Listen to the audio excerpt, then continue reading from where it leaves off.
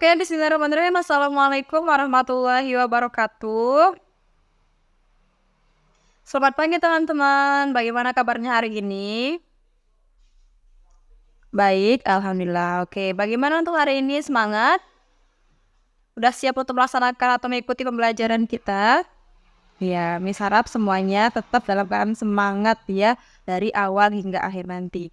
Baiklah, sebelum kita lanjut atau sebelum kita mulai belajar kita pada pagi hari ini, coba Miss minta teman-teman hadap kiri kanan, cek kantong mejanya dan sebagainya. Kira-kira masih ada sampah apa belum? Oke, silakan dicek, diperhatikan kelasnya sudah bersih apa masih banyak kotoran. Udah?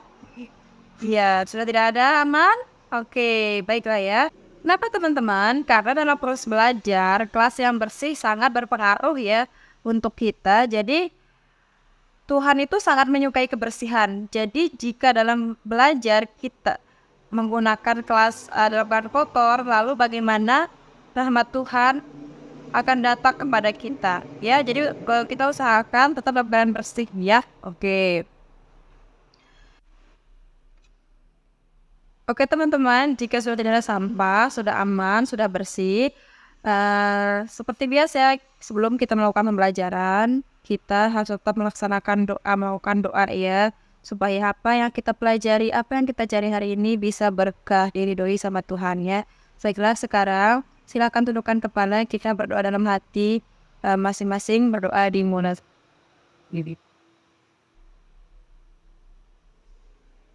Berdoa selesai. Baiklah, di sini Miss akan lanjut ya untuk absensi dulu, supaya Miss tahu siapa yang hadir hari ini sama yang tidak.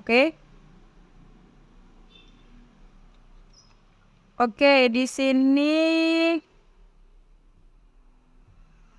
Tonia Safia ada Cika Melisa Primansyah ada. Oke, ada. Terus Takia Bursaina Zian ada Nadia Sintami ada, Adi Bajinan ada. Oke, Muhammad Lutfi Mukti ada. Oke, terus Muhammad Al-Ghazali. Oke, ada. Terus Galib Husaini ada. Hilman Arifin ada. Oke, baiklah. Oke, jadi pada pertemuan kali ini kita akan membahas tentang materi HAM ya. Baik, di sini Miss akan membacakan terlebih dahulu dari indikator dan tujuan pembelajaran kita pada pagi hari ini ya. Jadi di sini adapun kompetisi dasar dalam materi kita hari ini adalah 3.1 menganalisis pentingnya pemajuan dan perlindungan hak asasi manusia ya dalam kehidupan bermasyarakat, berbangsa dan bernegara. 4.1 menyaji hasil analisis tentang pentingnya pemajuan dan perlindungan HAM dalam kehidupan bermasyarakat, berbangsa dan bernegara. Jadi di sini ada pun indikator pencapaiannya. Di sini pertama menjelaskan pengertian hak asasi manusia. Yang kedua itu mengidentifikasi jenis-jenis hak asasi manusia. Yang ketiga itu mendeskripsikan pentingnya permajuan dalam perlindungan hak asasi manusia. Yang keempat itu menganalisis contoh kasus pelanggaran hak asasi manusia dalam kehidupan sehari-hari. Ya, yang terakhir itu mempresentasikan hasil analisis tentang pentingnya pemajuan dan perlindungan hak asasi manusia. Mohon maaf ya, ini agak ini. Oke ya, di sini adapun tujuan pembelajaran kita pada hari ini diantaranya, jadi setelah kita mengikuti proses pembelajaran dari awal sampai akhir, kita nih diharapkan bisa atau mampu yang pertama menjelaskan pengertian hak asasi manusia dengan tepat ya. Dan yang kedua itu mengidentifikasi minimal 3 jenis hak asasi manusia dengan benar. Yang ketiga itu mendeskripsikan pentingnya pemajuan dan pelindungan hak asasi manusia dalam kehidupan bermasyarakat. Yang keempat itu menganalisis minimal 2 contoh kasus pelanggaran HAM dalam kehidupan sehari-hari. Yang kelima itu mempresentasikan hasil analisis tentang pentingnya pemajuan dan perlindungan hak asasi manusia dengan percaya diri. Oke? Baiklah, lanjut ya. Jadi di sini Miss boleh nanya ya? Boleh dong. Oke, boleh ya. Oke, di sini nanti kalau ada yang mau jawab silakan angkat tangan saja ya. Nah, pertanyaan pertama ya. Di sini apa sih kepanjangan dari HAM? Ada yang tahu? Oke, silahkan. Iya, benar. Jadi HAM itu adalah kepanjangan dari hak asasi manusia. Nah, di sini kira-kira ada yang tahu lagi nggak apa itu hak asasi manusia? Boleh, silakan dijelaskan menurut pendapat kalian masing-masing. Oke, jangan takut ya. Kalau pendapat masing-masing itu semuanya benar. Oke. Iya, betul. Jadi, hak asasi manusia itu adalah seperangkat hak yang melekat pada hakikat dan keberadaan manusia sebagai makhluk Tuhan yang Maha Esa dan merupakan anugerahnya yang wajib dihormati, dijunjung tinggi, dan dilindungi oleh negara, hukum, pemerintah, dan setiap orang demi kehormatan serta perlindungan harkat dan martabat manusia ya. Oke, nah juga kira-kira kenapa sih harus ada HAM? Kenapa harus ada hak asasi manusia? Ya silahkan, ada yang mau berpendapat? Ya boleh. Oke ya, jadi kenapa sih harus ada hak asasi manusia? Nah teman-teman, bahwa setiap orang mempunyai hak yang sama untuk memperoleh kebebasan ya, keadilan, perlindungan, dan perdamaian. Jadi hak asasi manusia itu sangat penting. Karena apa? Karena hak asasi manusia itu mengatur pemenuhan kebutuhan dasar kita ya, semua manusia. Mulai dari pendidikan, tempat tinggal, makanan, pakaian, dan sebagainya. Oke? Nah, di sini kita akan lanjut. Miss akan menyiapkan video. Silahkan teman-teman, kita sama-sama perhatikan video tersebut. Setelah nanti diperhatikan, Miss akan mengajukan beberapa pertanyaan terkait video yang sudah Miss putar. Oke? Oke, ini videonya. Silahkan semuanya dilihat. Ini video terkait hak asasi manusia ya. Kalian pernah ngebayangin gak sih gimana jadinya kalau orang lain bisa dengan bebas ngambil barang yang kita miliki? Gimana jadinya kalau kita kerja 24 jam tapi nggak dibayar? Atau gimana rasanya kalau hidup kita terus merasa terancam? Mari kita berkenalan dengan hak asasi manusia. Sahabat Beni, jauh sebelum adanya hak asasi manusia, kehidupan orang-orang pada masa itu diliputi oleh bayang-bayang ketidakadilan, ketidakberpihakan, kejahatan, kekerasan, perbudakan, dan kelaparan. Kelompok yang kuat secara fisik atau kaya secara materi dapat mendikte kehidupan orang-orang yang lemah dan miskin dengan kehendak pribadi mereka, seperti mempekerjakan 24 jam tanpa dibayar, merampas barang pribadi, bahkan sampai memperjualbelikan manusia. Kenyamanan dan keamanan di kehidupan yang kita rasakan sekarang nggak lepas dari perjalanan panjang hak asasi manusia. Maka dari itu, yuk kita berkenalan dengan hak asasi manusia. Pada 15 Juli 1215 atau abad ke-13 di Inggris, muncullah Piagam Magna Carta yang disebut sebagai tonggak awal perjuangan hak asasi manusia. Selain itu, Deklarasi Kemerdekaan Amerika Serikat pada 4 Juli 1776 juga menyatakan bahwa manusia diciptakan sama dan sederajat oleh penciptanya. Semua manusia dianugerahi hak hidup, kemerdekaan, kebebasan yang tidak dapat dicabut oleh siapapun. Kemudian pada tahun 1947, UNESCO membentuk sebuah komite yang dipimpin oleh para intelektual, filsuf, dan ilmuwan politik untuk memfasilitasi penyusunan Universal Declaration of Human Rights. Pada 10 Desember 1948, PBB mengesahkan Universal Declaration of Human Rights yang berisi 30 pasal untuk melindungi setiap individu di seluruh negara atas hak asasi manusia. Apa aja 30 pasal HAM itu? Selengkapnya sahabat Beni bisa klik link di pojok kiri atas ya. Dan 10 Desember juga dideklarasikan sebagai Hari HAM Sedunia loh. Lalu bagaimana dengan HAM di Indonesia? Immediately we had proclaimed our independence in August 45. We attached as preamble to our constitution the Pancasila.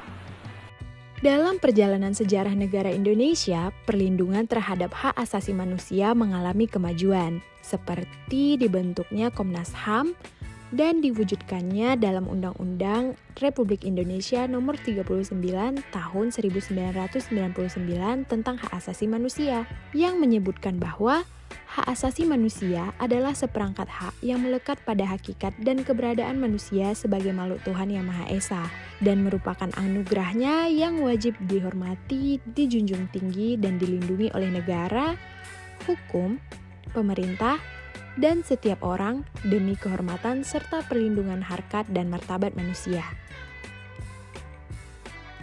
Nah, jadi sahabat Beni, dengan adanya hak asasi manusia, kita memiliki kesempatan yang sama dengan siapapun, tanpa memandang kekayaan, jabatan, warna kulit, agama, suku atau negara untuk hidup, mendapatkan keamanan, pekerjaan, hukum, pendidikan, akses kesehatan, dan lainnya sesuai dengan Universal Declaration of Human Rights. Lalu, siapa yang punya kewajiban untuk memenuhi hak asasi kita? Menurut Undang-Undang RI tahun 1945 pasal 28I ayat 4 menyebutkan perlindungan, pemajuan, penegakan, dan pemenuhan hak asasi manusia adalah tanggung jawab negara, terutama pemerintah. Selain itu, Undang-Undang Nomor 39 Tahun 1999 Pasal 71. Berdasarkan undang-undang tadi, negara dan pemerintah punya kewajiban memenuhi hak asasi manusia setiap warga negara tanpa terkecuali. Dalam prosesnya, negara dan pemerintah akan membuat aturan dan/atau kebijakan agar masyarakat terpenuhi hak asasinya. Kalau begitu, berarti seharusnya pemerintah membuat aturan dan kebijakan itu tujuan utamanya adalah agar hak asasi manusia kita dapat terpenuhi ya. Gimana menurut kalian? Apakah aturan dan kebijakan yang pemerintah buat sudah memenuhi hak asasi manusia?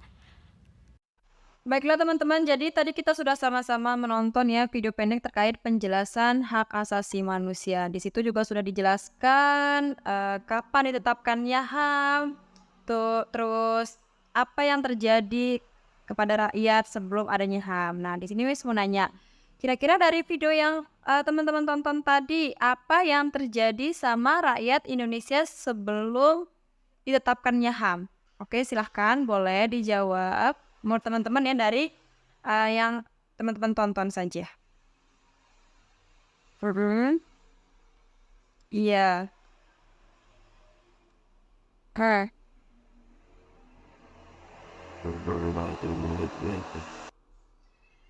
Iya, betul sekali. Jadi sebelum adanya pengakuan formal terhadap hak asasi manusia, berbagai pelanggaran itu dan ketidakadilan itu tuh sering terjadi di berbagai belahan dunia ya, tidak hanya di Indonesia. Nah, apa saja itu? Yang pertama itu tentunya penjajahan dan penindasan. Jadi banyak negara mengalami penjajahan di mana penjajah ini mengeksploitasi sumber daya dan penduduk lokal ya, seringkali dengan kekerasan ya. Nah, ada juga adanya perbudakan ya. Jadi dalam banyak sejarah praktik perbudakan umum itu sering terjadi di mana individu dipaksa bekerja tanpa imbalan dan mendapatkan hak mereka ya. Selanjutnya itu juga yang sering terjadi itu dulu tuh menghilangkan kebebasan berpendapat. Jadi Individu dan kelompok yang mengungkapkan pendapat atau kritik terhadap pemerintah seringkali ditindas ataupun dipenjara, bahkan bisa sampai dibunuh ya. Ada juga diskriminasi ya. Jadi diskriminasi itu kelompok-kelompok tertentu seperti perempuan, etnis minoritas, dan orang-orang dengan orientasi seksual berbeda sering kali mengalami diskriminasi dan perlakuan yang tidak adil ya. Nah, ada juga pelanggaran hak atas kesehatan dan pendidikan. Jadi, akses terhadap pelayanan kesehatan dan pendidikan seringkali tidak merata. Jadi, dengan banyak orang tidak mendapatkan hak-hak dasar ini ya. Dan juga itu adanya konflik dan perang. Jadi, perang dan konflik bersenjata itu sering menyebabkan pelanggaran HAM ya, termasuk pembunuhan massal, pemerkosaan, dan pengungsian paksa. Bahkan sampai sekarang setelah HAM sudah ditetapkan pun masih ada pelanggaran-pelanggaran tersebut yang sering terjadi. Nah, jadi sejarah hak asasi manusia itu berawal dari dunia barat Eropa ya. Jadi seorang filsuf pop Inggris pada abad ke-17, John Locke, merumuskan adanya hak alamiah ya, atau biasa dikenal dengan natural right ya, yang melekat pada setiap manusia, yaitu hak atas hidup, hak kebebasan, dan hak milik ya. Nah, jadi begitu. Jadi pada tanggal 10 Desember tahun 1948, PBB mengesahkan Universal Declaration of Human Rights yang berisi 30 pasal untuk melindungi setiap individu di seluruh negara atas hak asasi manusianya. Oke, di sini ada yang tahu nggak apa itu PBB? Ada yang tahu kepanjangannya? Iya, betul ya. Jadi PBB itu singkatan dari Perserikatan Bangsa-Bangsa. Jadi oke teman-teman, sekarang kita lanjut ya. Sekarang Nis minta coba bentuk beberapa kelompok. Satu kelompok berisi dari 4-5 orang ya. Nah, setelah itu coba masing-masing kelompok mengidentifikasi masalah-masalah terkait hak asasi manusia ya. Ya, jadi permasalahan yang terkait dengan hak asasi manusia yang muncul di video tadi ataupun yang terjadi pada saat ini, boleh, oke?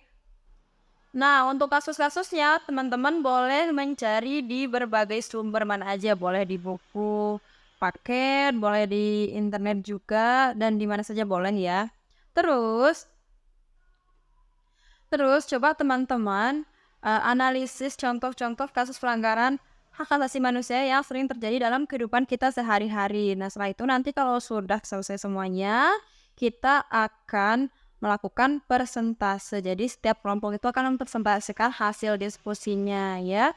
Nanti ketika kelompok maju, kelompok lain mengajukan pertanyaan dan wajib ditanggapi sama kelompok yang maju. Oke, silakan dimulai dari sekarang.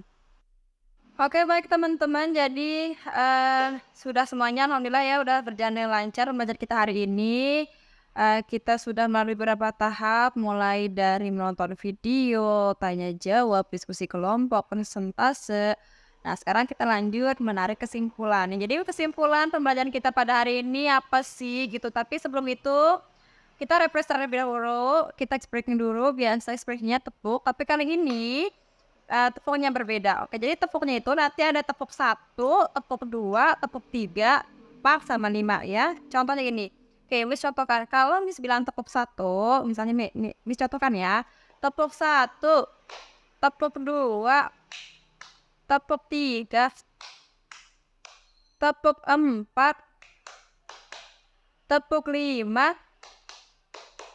Begitu ya. Oke, jadi teman-teman fokus dengarkan instruksi dari Miss. Oke, kita mulai ya. Oke, siap.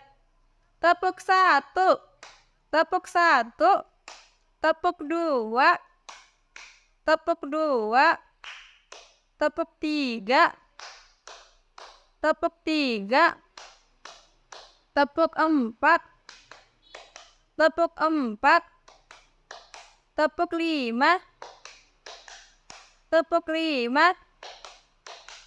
Oke, terima kasih. Baiklah, oke, jadi itu saja ya pembelajaran kita pada hari ini. Semoga apa yang kita pelajari dapat bermanfaat untuk kita semua, bisa kita pahami dengan baik. Mungkin itu saja yang bisa disampaikan. Terima kasih atas waktunya. Mohon maaf jika ada salah kata. Kita kembali lagi minggu depan. Terima kasih. Sekian dari Miss. Wabillahi taufiq wal hidayah. Assalamualaikum warahmatullahi wabarakatuh.